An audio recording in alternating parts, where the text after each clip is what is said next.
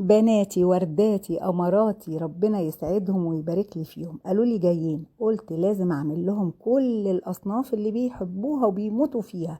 بيحبوا الممبار مع الكفته مع الرقاق والرز المبهر وشوربه لسان العصفور وطاجن بطاطس بالفراخ. كل ده قمت عملته لهم وحضرته لهم من قبلها بيوم كمان. شايفين الجمال؟ بصوا الحلاوه.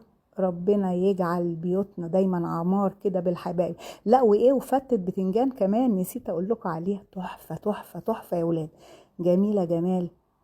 بصوا بقى الممبار اتغسل كويس بالليمون والدقيق والملح، وقعدت غسلته كويس جدا وقلبته وقطعته، خليت القطعه كده بتاع 20-25 سنتي بالكتير. بصوا الدهون بتاعته بتبقى من جوه مش من بره، بس كده. وطبعا حطيته في مصفى وصفيته كويس. والخلطه بتاعته عباره عن ايه؟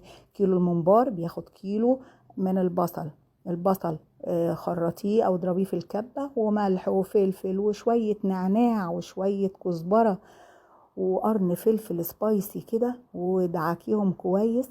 وروحي غاسله الرز بتاعك وانزلي بيه على طول. اوعي تنقعي الرز بتاع المحشي، اوعي.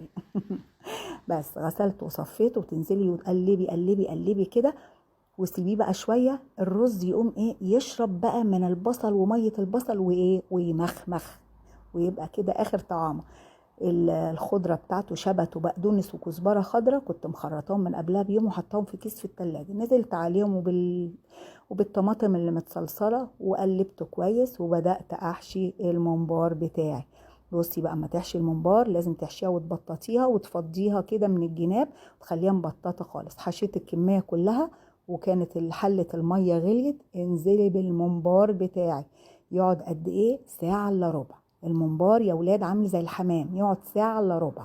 هتبصي تلاقيه استوى وزي الفل. هاتي بقى طاجن البطاطس، كام بطاطسايه كده حلقات، وبصلايه برضو حلقات، وكم طماطمايه طماطميتين حلقات برضو او قطع كده، وقرن فلفل حلقات، وملح وفلفل. بس كده، مفيش بهارات كتير. وانزلي كده بمعلقتين سمن بلدي، كنت الزبده لسه مسيحاها. لو عايزه مصدر حلو على فكره للسمنه او الزبده قوليلي وانا اقولك. وقلب قلب قلب كده اهو. ورحت حاطه بقى الفراخ بتاعتي متبله وجميله كده، حطيتها على الوش. بس كده. واديته غلوتين كده، غطيت الطاجن بتاعي واديته غلوتين على النار، ورحت مدخلاه الفرن. طلع ايه ما اقولكوش، ورد يا اخواتي، ورد. اه والله كان زي الورد، هتشوفوه عامل ازاي. يلا بقى هنعمل الرز المبهر بقى. بصلايه كده وفي شويه سمن وشويه زيت، وانزلي عليهم بالتوابل بتاعتهم. كركم وكاري وعودين قرفة وليمونتين ناشفين كده، وقلب قلب الريحة كده تطلع بتاعتهم. وانزلي بمكعبات المرق. انا كنت عاملة كيلو رز بسمتي، فدي كمية، طبعا الرز بيبقى كمية حلوة يعني محترمة. فنزلت ب3 مكعبات من المرق. قلبت كده لحد ما الريحة بتاعتهم طلعت والمكعبات ساحت. رحت نازلة بجزراية مبشورة زي ما انت شايفة كده، وقلب قلب قلب. بس كام تقليبة كده، وانزلي بالمية المغلية بتاعتك. ده العقد بتاع الرز. قد ايه بقى شوربة على قد ايه رز؟ كوباية الرز البسمتي بتاخد كوبايتين شوربة، واخدة بالك؟ بس. وهتسيبيهم بقى، ظبطي الملح بتاعك وسيبي العقد بتاعك يغلي.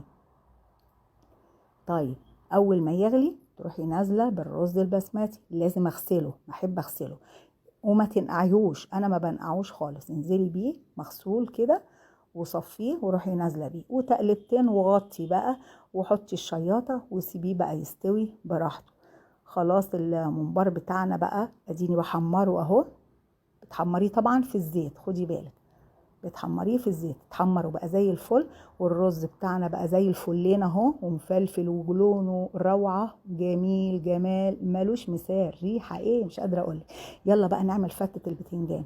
بصي بقى، كام فص توم مدقوقين وحمريهم كده في معلقتين زيت، وانزلي عليهم بمعلقتين صلصه.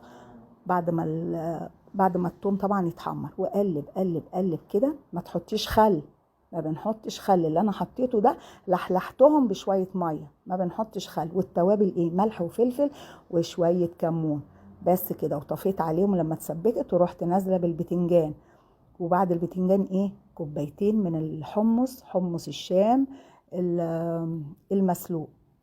يلا وقلبيهم بس كده خلاص. تعالي بقى نحطه بقى في السيرفيس بتاعنا. اول حاجة ننزل بالصوص الابيض ده، عبارة عن ايه؟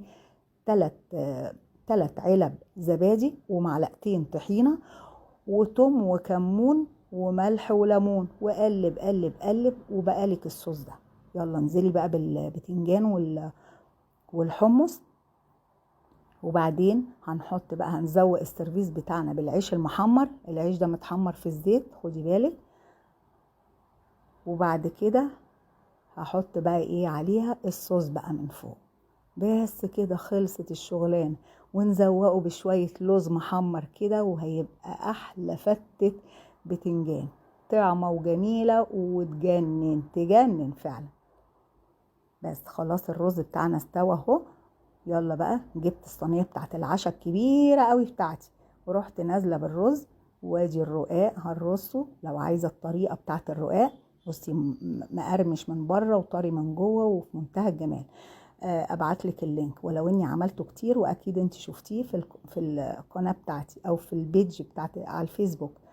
وهنزل برضو بالممبار اهو اتحمر وبقى جميل.